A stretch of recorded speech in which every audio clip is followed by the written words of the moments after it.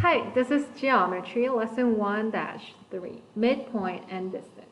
In this lesson, we'll be able to use the midpoint and distance formula to solve problems. And the lesson vocabulary would be the midpoint. Let's start with model and discuss. Latanya is decorating her living room and draws a floor plan to help look at placement. Latanya wants to hang a picture at the center of the back wall. How do you find the point at the center between A and B? So she wants to hang on this wall, A, B.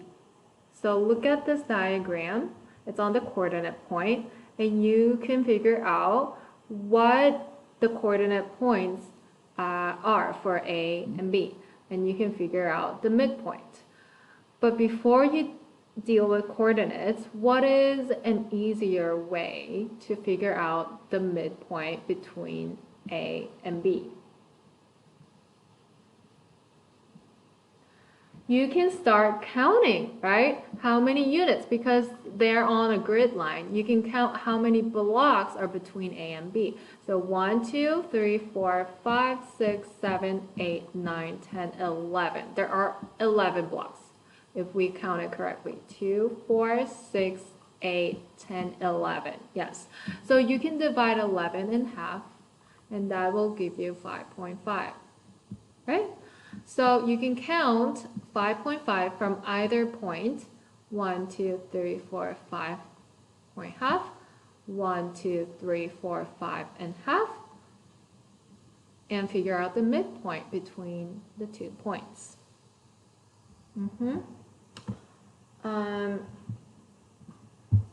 So let's describe that and answer that. We counted. Of course, there are more than one way to answer this question. We counted the coordinate. Let's say the grid blocks, the grid lines between points A and B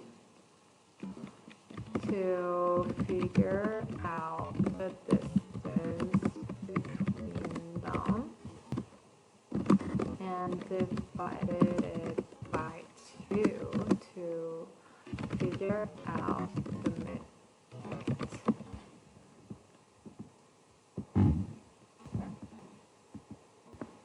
This is part A.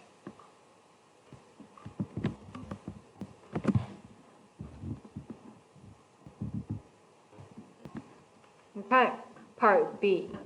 Latanya wants to place a lamp halfway between the chairs at points C and D. How can you find the point where the lamp should go? Now C and D are not on a horizontal line. How would you count the distances between them? You actually cannot count them, right? So what if they're points that are not on a horizontal or a vertical line? How would you figure out the midpoint between the 2 points like that? Well, the idea is that you want to know the distance between the 2 points and figure out the midpoint that is exactly halfway across the 2 points, right? So even if you cannot count the distance straight towards each other, you can count the horizontal and vertical distances between the 2 points. So from C to D, horizontally, it's 2 blocks away, right? Because D is on this vertical line where this point is, right? And you can say, oh, the midpoint should be 1 block away from either C or D, horizontally. And vertically, from C to D, 1, 2, 3, 4, it's 4 blocks away. So you can say 4 divided by 2, the midpoint should vertically be 2 units away from C to D. So the only point that is 2 units away vertically and 1 point away horizontally is this point. Does that look like a midpoint? Yeah, it looks like a midpoint between C and D. So this could be the idea where we start thinking about when the midpoint formula comes later. So let's record the process of our thoughts, right? We can find the horizontal and vertical distances between the points C and D to figure out half the distance for each distance. Then there is only one point that satisfies both distances.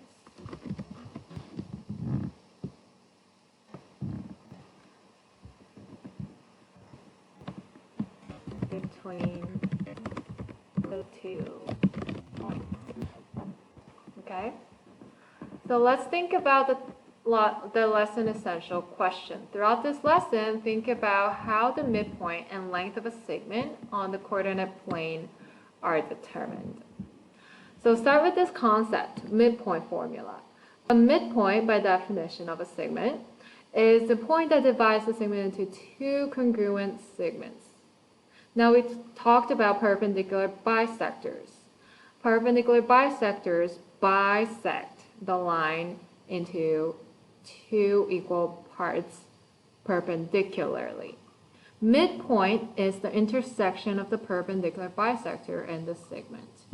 So the midpoint formula here could be written as x sub 1 plus x sub 2, where a point has coordinate point that is represented by x sub 1 and y sub 1.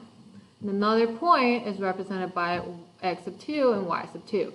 Okay, so this x sub 1 is the x coordinate of point P, and x sub 2 is the x coordinate of point Q, and they could be any numbers.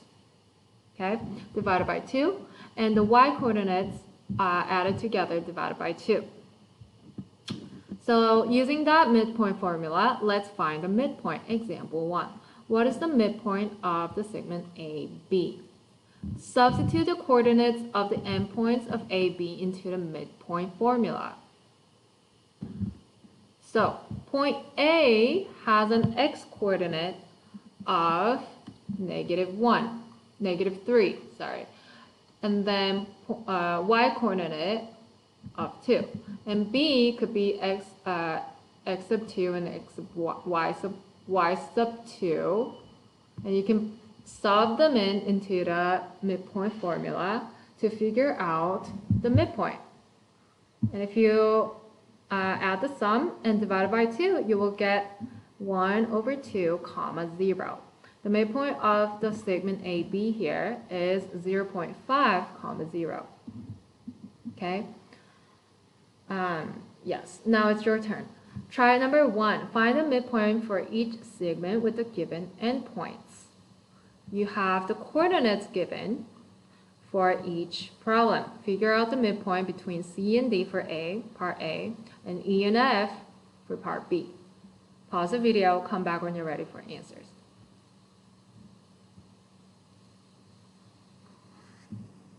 Okay, are you ready? So part A, you're going to use this midpoint formula and plug it in. So midpoint for CD would be the x coordinates added together divided by 2, comma, the y coordinates added together divided by 2. And you will get 8 minus 2, 6 divided by 2. And -12 plus 5 is -7 divided by 2.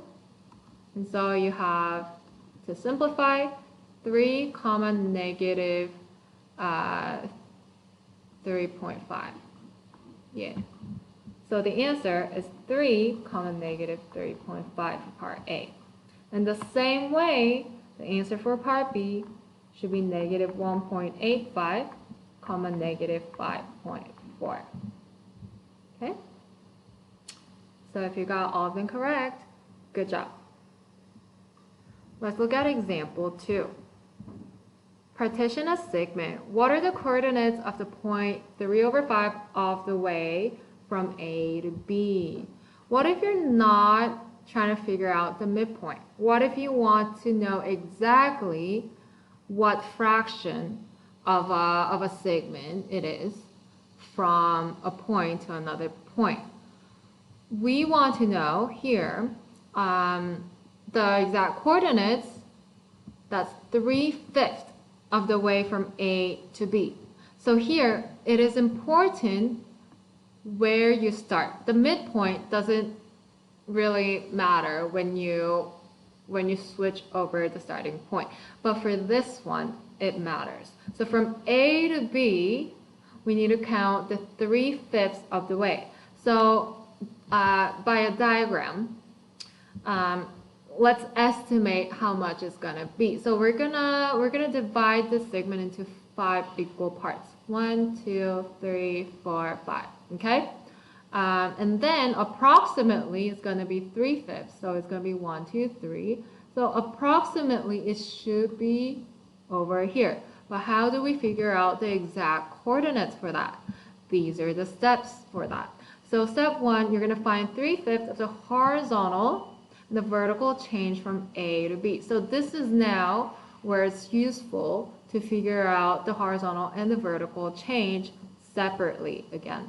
So the horizontal change from A to B is 1, 2, 3, 4, 5 units away. Wait, 1, oh, these are in terms of 2. So 2, 4, we can subtract the coordinate. 13 minus 3 is 10. 10 divided by 10 times 3/5 would be 6. So horizontal change from A to B, that is 3/5 of the way from A to B, should be 6 from A. Okay, and the vertical change, the overall vertical change from A to B is 11 minus negative 4, which is 11 plus 4. So that makes it 15. So the total change, total vertical change times 3/5 will give you how many total change you need to go from A towards B. So 3/5 times 15 will give you 9. So the horizontal change 6 and the vertical change 9. Is that your coordinate? No, your A is not on the origin.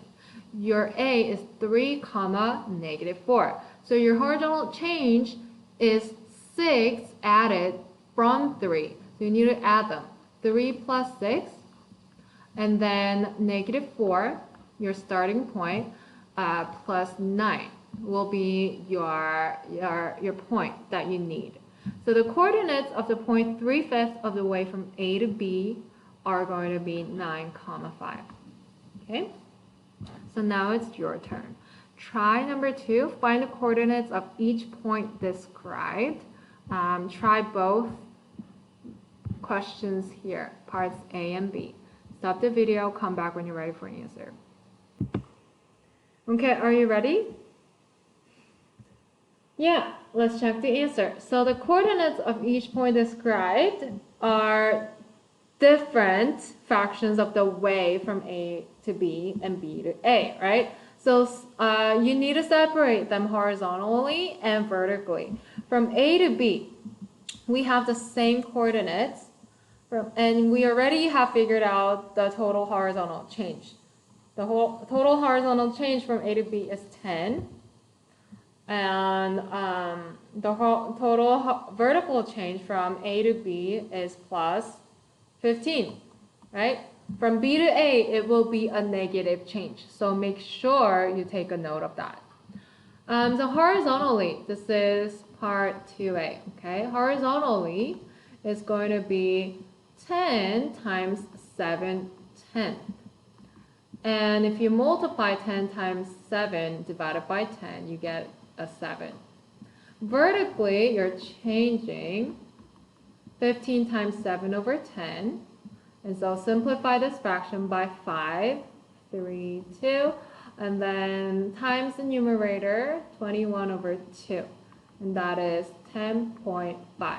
And so from point A, your new point is going to be 3 plus 7 and negative 4 plus 10.5. And so your answer of part A should be 10, comma, 6.5. Okay, check your answer. Part B, from B to A, your change is negative because vertically you're going down, which means your coordinate is subtracted. And horizontally you're going left. So on the number line, when you're going left, it's also negative. Okay? So to B, your horizontal distance is negative 10 times 4 over 5, which is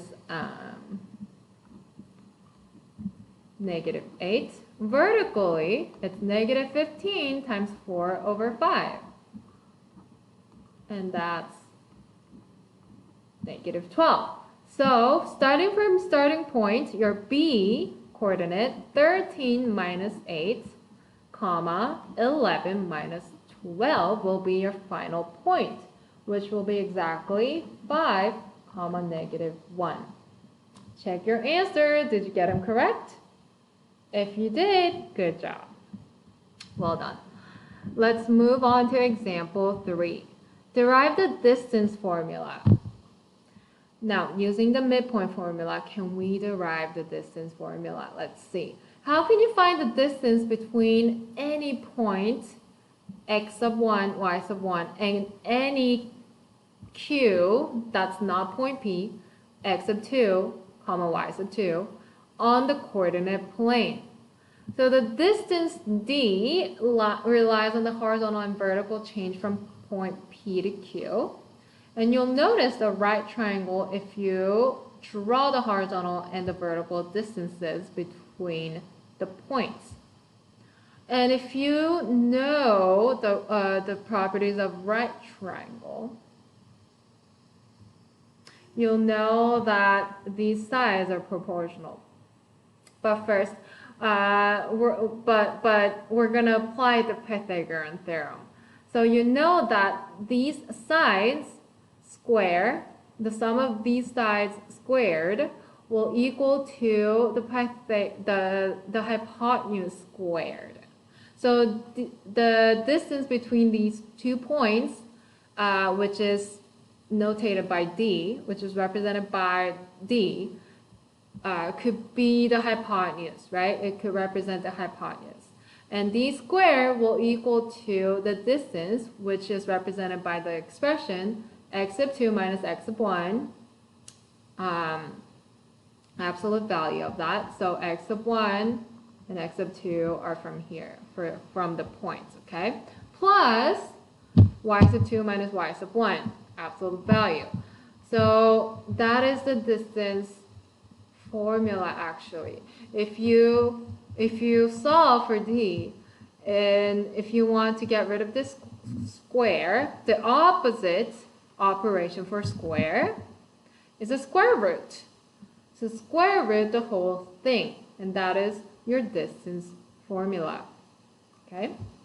The length of PQ is the distance between points P and Q, and is represented by this distance formula. D equals square root sum of the difference of the x coordinates squared plus the difference of the y coordinates squared. And the order doesn't really matter unless you mix up your points. Do not mix your points up. If you start with x sub 2, you have to start with y sub 2. Your point has to be the same when you're starting. Okay, your starting point can only be 1. You cannot mix up the coordinates between the 2 points. Then you're using different points. Okay. All right. Using the distance formula. We can find the distance later on. But let's try this. Try number 3. Tavon claims that distance formula D equals square root x of 1 minus x of 2 squared plus x of y sub y minus y sub 2 squared can also be used to find the distance between 2 points. Is he correct? Explain. Whoops, I just told you the answer just a few seconds away. What did I say?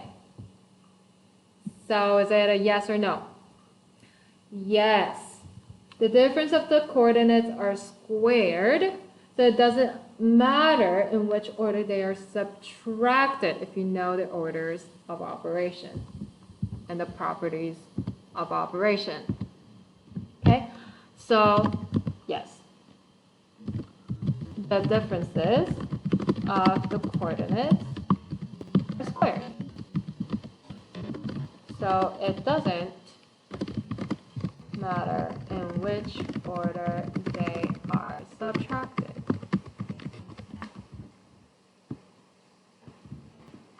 Okay, another concept. Now we have a distance formula.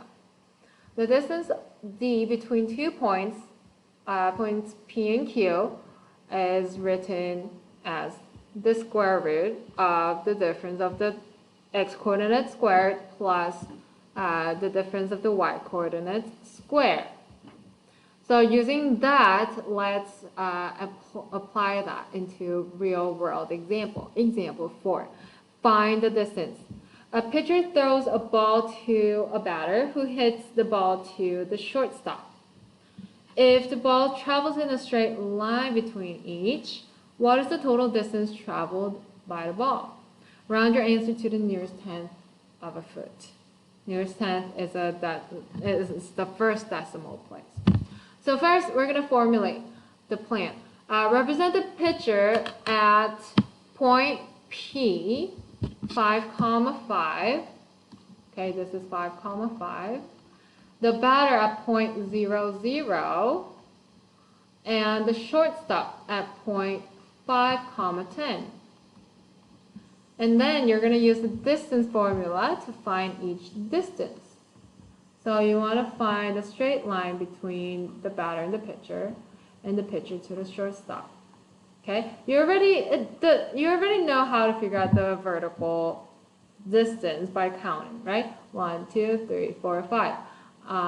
It's going to be 5. But do you know how to figure out the distance using the distance formula? You can practice by using the distance formula as well. So the distance from pitcher to batter would be 0 minus 5 squared plus 0 minus 5 squared, and then square root the whole thing. So that's 25 plus 25, which is 50, and square root of 50 is about 7.1. You can round up to the nearest tenth, okay, the first decimal place. And then the distance from batter to shortstop, oops, I'm so sorry. From the batter to shortstop is going to be 5 minus 0 squared plus 10 minus 0 squared, and then square root the whole thing. And you will get 25 plus 100, and the square root of 125 should be around 11.2.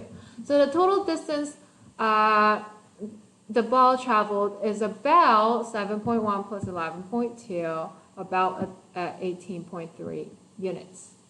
And if you multiply that by 9, because each unit is 9 feet, then you get the answer in feet, 164.7 feet. So now it's your turn. Try number 4. How far does the shortstop need to throw the ball to reach the first baseman? In other words, find the distance between the shortstop to the first baseman. Round your answer to the nearest tenth of a foot. See if you can solve it by yourself. Come back when you're ready for answers.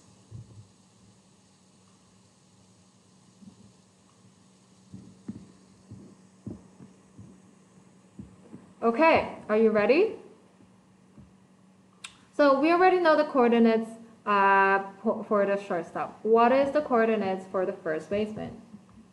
10, 0. Do not use 0, 10. 0, 10 is point right here, not your first baseman. Okay, so using those points, you can use the distance formula to figure out the distance. So what are our points again?